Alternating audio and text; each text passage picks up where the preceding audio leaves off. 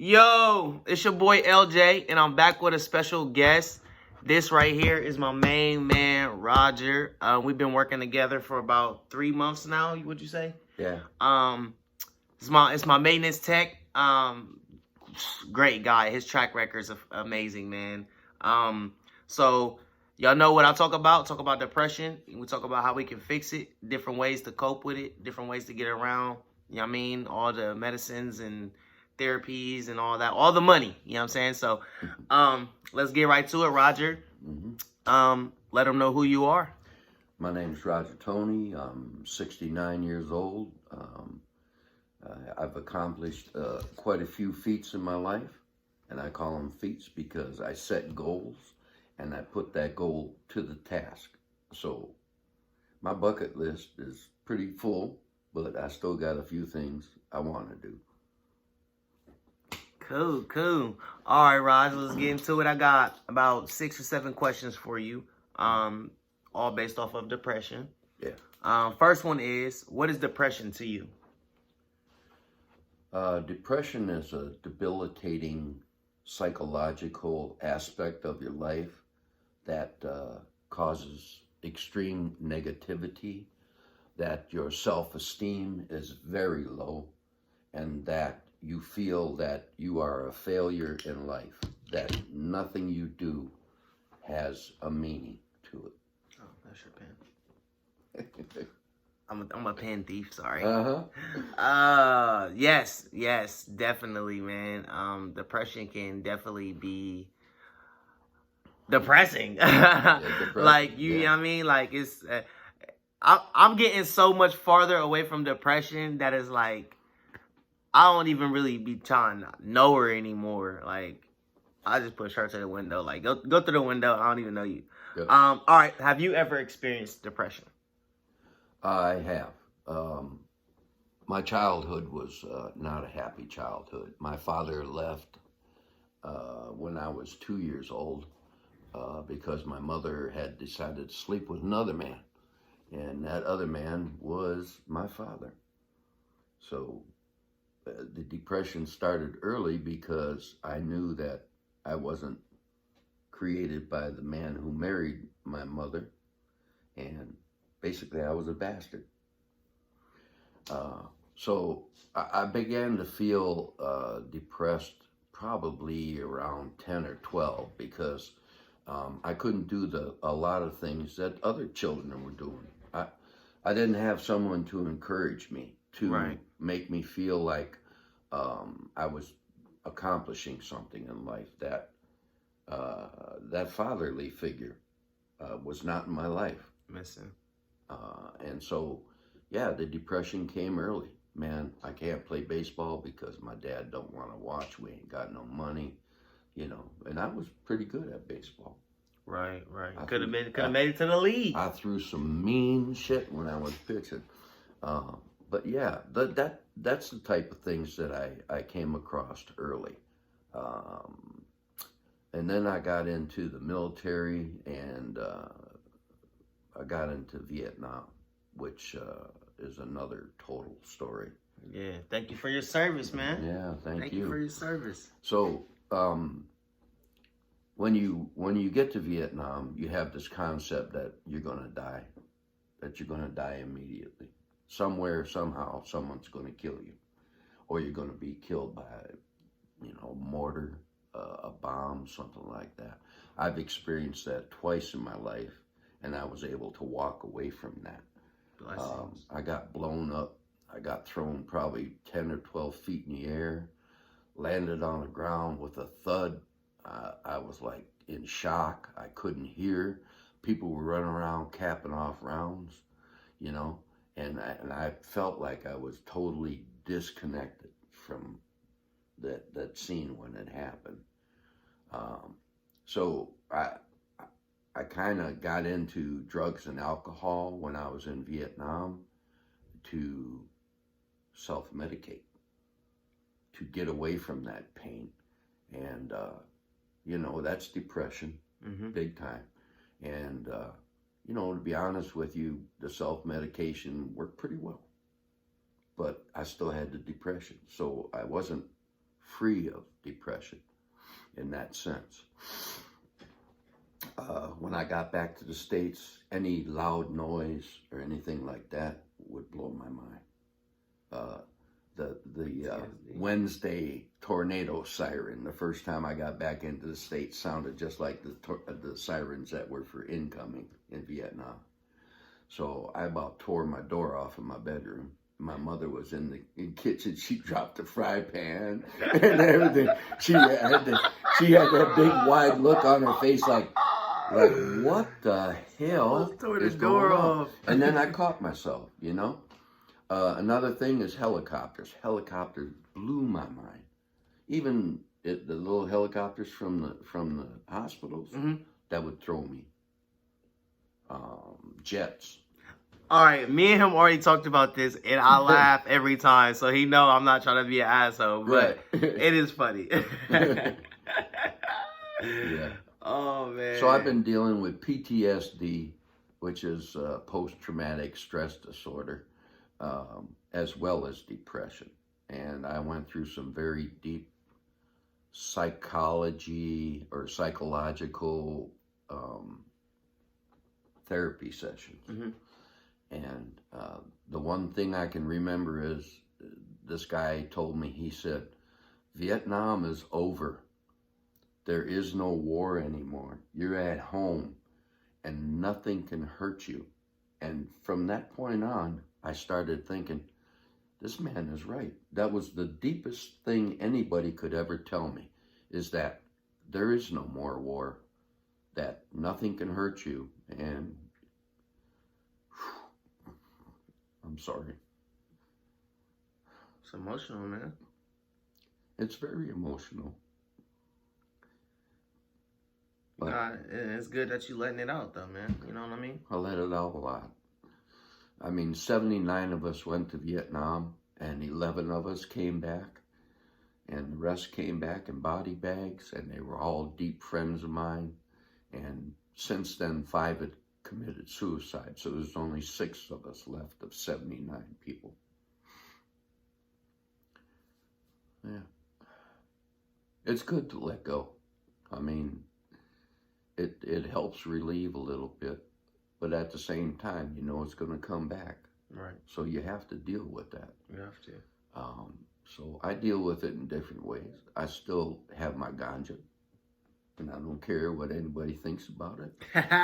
It's a good thing. That was actually gonna be my next question. How do you deal with it? So go ahead. Yeah.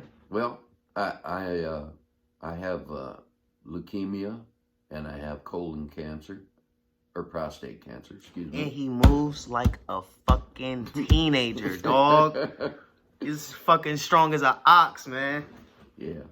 Anyway, you know, I got an approved medical marijuana card, and I've been smoking since, I've been smoking legal or illegal for probably the last 35 years.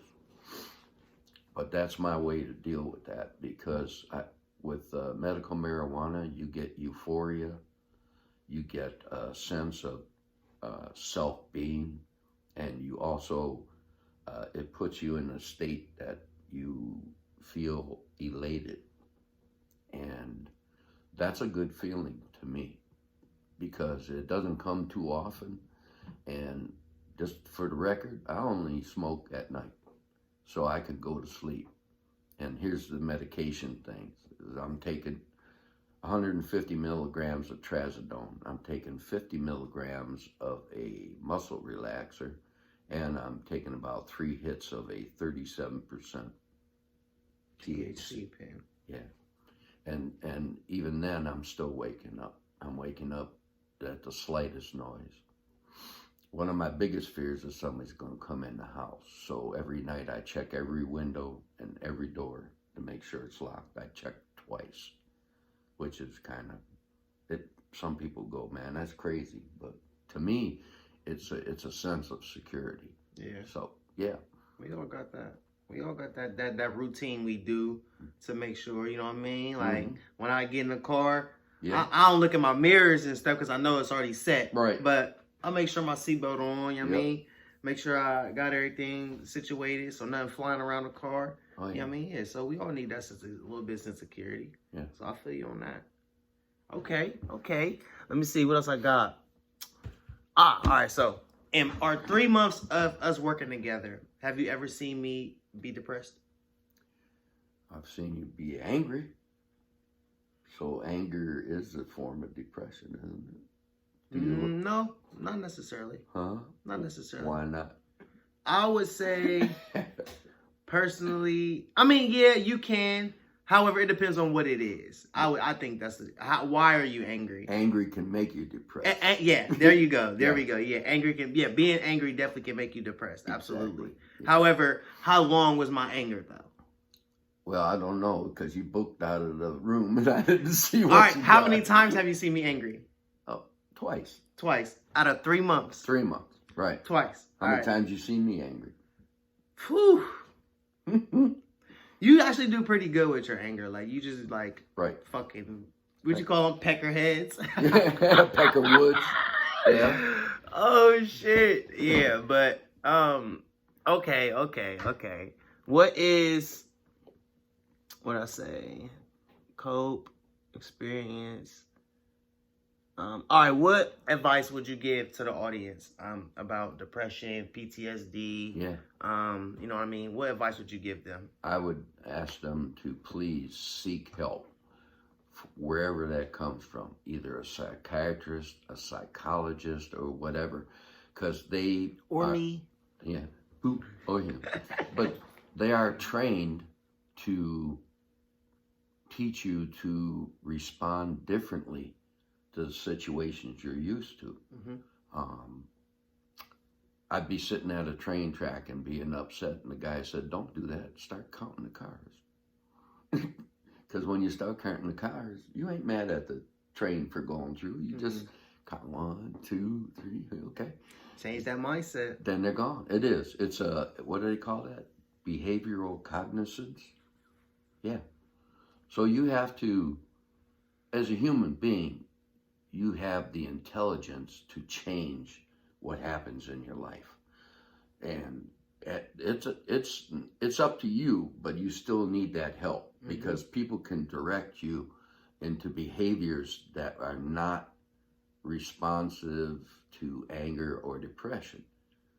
So mine is positive mental attitude, PMA. Yeah. Because every time you do negativity, Okay.